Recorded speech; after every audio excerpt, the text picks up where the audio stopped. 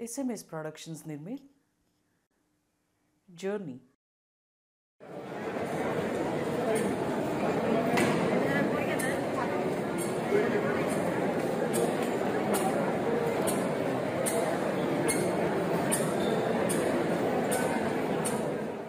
₹3.5 lakh square फूटचं एक 400 बेडचं hospital आम्ही पहिलं बांधलं.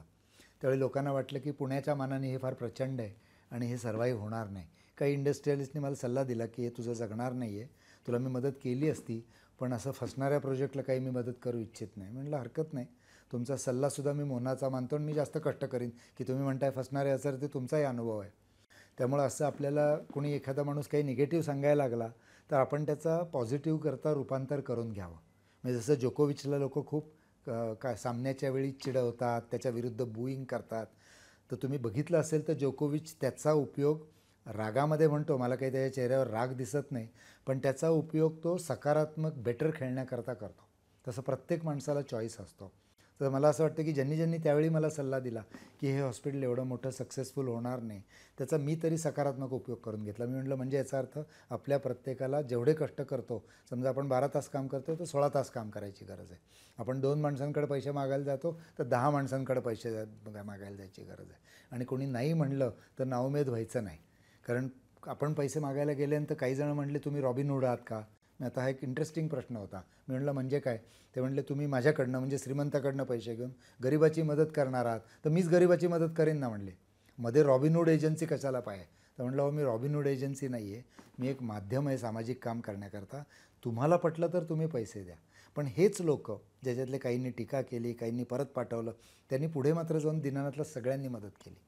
म्हणजे याचा अर्थ हा दुसरा पण एक आस्पेक्ट आहे जो कदाचित जोकोविचला आता कळलाही असेल आत्तापर्यंत, की जे आपल्याला नको म्हणत असतात किंवा बू करत असतात ते सुद्धा आपले प्रशंसक होतात पुढे जाऊन, किंवा ते तुम्हाला पुढे जाऊन मदत करतात. आणि मग या दिनानाथच्या उभारणीमध्ये जो आमचा रूल होता पहिला एक 50%चा, की 50% आपण उभे करायचे आणि 50% बँकेकडनं घ्यायचे, तो रूल पूर्ण झाला. आम्ही 50% उभे केले आणि त्यावेळी काहीतरी 21 कोटीचं लोन आम्ही स्टेट बँक ऑफ इंडियाकडनं घेतलं होतं आणि ते लोन आम्ही 6 वर्षात फेडलं पण.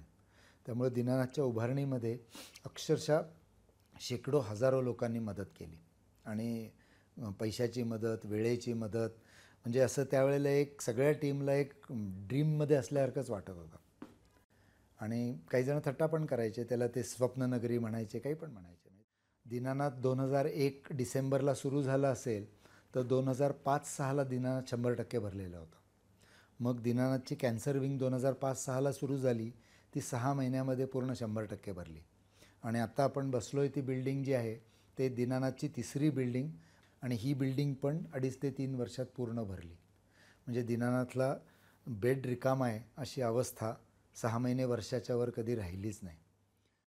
पेशंटसाठी प्रामाणिक सेवा दिली पाहिजे, चोख असली पाहिजे, कोणालाही फसवायचं नाही, खोट्या ॲडमिशन्स करायच्या नाहीत, खोट्या टेस्ट करायच्या नाहीत. आम्ही त्याचं एक सगळ्यात महत्त्वाचं नाव ठेवलं होतं पेशंट ॲज सेंटर पॉईंट. म्हणजे जे काही भांडण होईल दिनानाथमध्ये, पेशंट डॉक्टरचं भांडण झालं, डॉक्टरचं भांडण झालं, स्टाफ डॉक्टरचं भांडण झालं, सप्लायर आणि कोणाचं भांडण झालं, तर या सगळ्याचा निकष हा पेशंट फर्स्ट म्हणून राहील. की पेशंट जर बरोबर बोलत असेल तर त्याच्या सपोर्टिव्ह हॉस्पिटल ॲडमिनिस्ट्रेशन राहील, डॉक्टर सपोर्टिव्ह राहणार नाही, टेक्नॉलॉजी सपोर्टिव्ह राहणार नाही, असं मी वातावरण ठेवलं होतं. आणि आमच्या प्रत्येक टेक्नॉलॉजी ही सहजपणे लोकांना परवडली पाहिजे असा आमचा आग्रह होता. तर असं एकदा आम्ही एक डोळ्याचा लेझर घेतला होता कोणी एकेकाळी 7-8-10 वर्षापूर्वी. तर तो लेझर जो होता तो डोळ्याचा नंबर कमी करायचा, त्यामुळं चष्मा जातो लोकांचा. आम्हाला वाटलं की लोकांना फार उपयुक्त होईल. घेतल्यानंतर असं लक्षात आलं की त्याला फार लोक चष्म्याचा नंबर काढायला पुढे येत नाही आहेत. 1 वर्षाच्या किंवा 1.5 वर्षाच्या शेवटी आमची मीटिंग झाली की अरे आपली सगळ्या टेक्नॉलॉजीज त्याच्यावर वेटिंग आहे, एक जागा रिकामी नाही माणसाला उभं राहायला, तर मग याला गर्दी का नाही आहे. तर आम्ही म्हटलं की कदाचित लोकांना त्याचं महत्त्व पटत नसेल किंवा भीती वाटत असेल. यंग मुलांना आपल्या डोळ्याचं कोणतरी ऑपरेशन करणार फक्त चष्मा काढाय करता याची भीती वाटत असावी. आणि मग आम्ही कन्क्लुजन घेऊन तो लेझर परत विकून टाकला. मग आम्ही हट्ट लावून तो लेझर कसा तरी जगवायला पाहिजे असा अजिबात प्रयत्न केला नाही. त्याला आपण स्टॉप लॉस म्हणतो शेअर ब्रोकिंगच्या टर्म्समध्ये, तसं पटकन स्टॉप लॉस करून आम्ही तो विषय मिटवला. आम्ही कधीच कुठल्याही टेक्नॉलॉजीचं पेशंटवर बर्डन येणार नाही, आपल्या कुठल्या कृतीचा पेशंटला त्रास होणार नाही असं कायम बघत आलेलं आहे. मला वाटतं की मी आता माझ्या आयुष्याचे 2 भाग मी बोललो होतो, की एक होता की माझी वैयक्तिक प्रॅक्टिस जी मी कॅन्सर रुग्णांकरता करतो, माझा दिवस त्याच्यामध्ये जातो. पण दुसरा जो भाग आहे, की वैद्यकीय व्यवसायाला दिशा देणं, हा सुद्धा माझ्या आयुष्याचा तेवढाच महत्त्वाचा भाग आहे.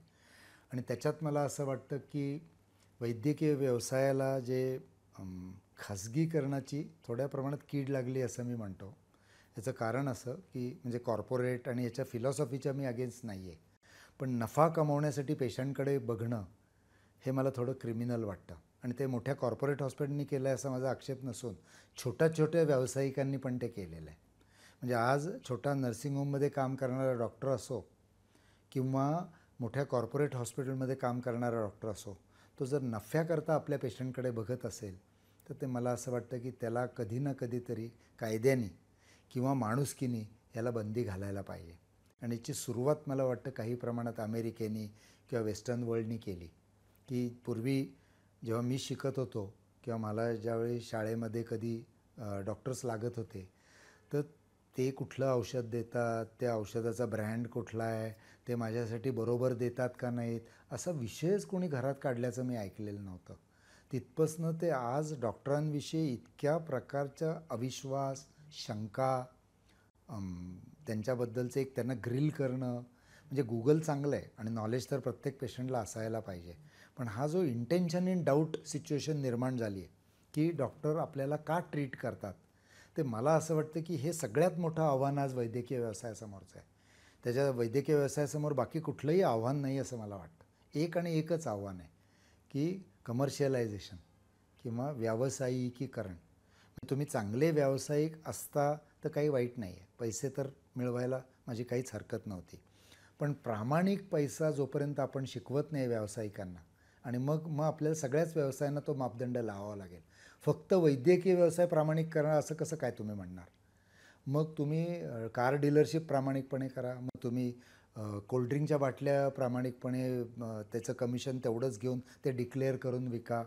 तर मी एकदा एक सहज कन्सेप्ट मांडली होती, ती सहज सांगतो, की फेअर ट्रेडिंग लॉ नावाचा एक लॉ आणावा असं माझं मत होतं. याचं शक्य नाही आपल्या देशामध्ये, पण असं करावं असं माझं होतं, की प्रत्येक विक्रेत्याने आपल्याला ती वस्तू किती साली किती रकमेला मिळाली आणि आपण किती साली किती रकमेला तो विकलो आहे हे कंपल्सरी डिस्प्ले त्याला करायला आणि गव्हर्नमेंटला डिक्लेअर करायला जर लावला, तर बहुतेक लोकांना खोटा प्रॉफिट न कमवता जी काही त्यांनी रक्कम लावलेली आहे घेणे आणि देणे याच्यामधली, त्याच्याकरता श्रम करावे लागतील.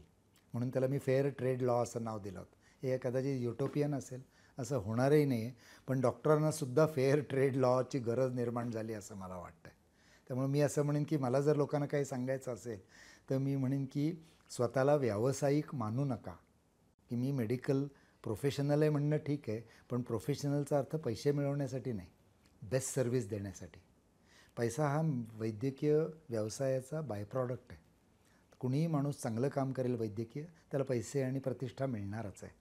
पण जर तो पैशाकरता काम करत असेल तर या व्यवसायाची अजून हानी होण्यापासून कोणी थांबवू शकणार नाही.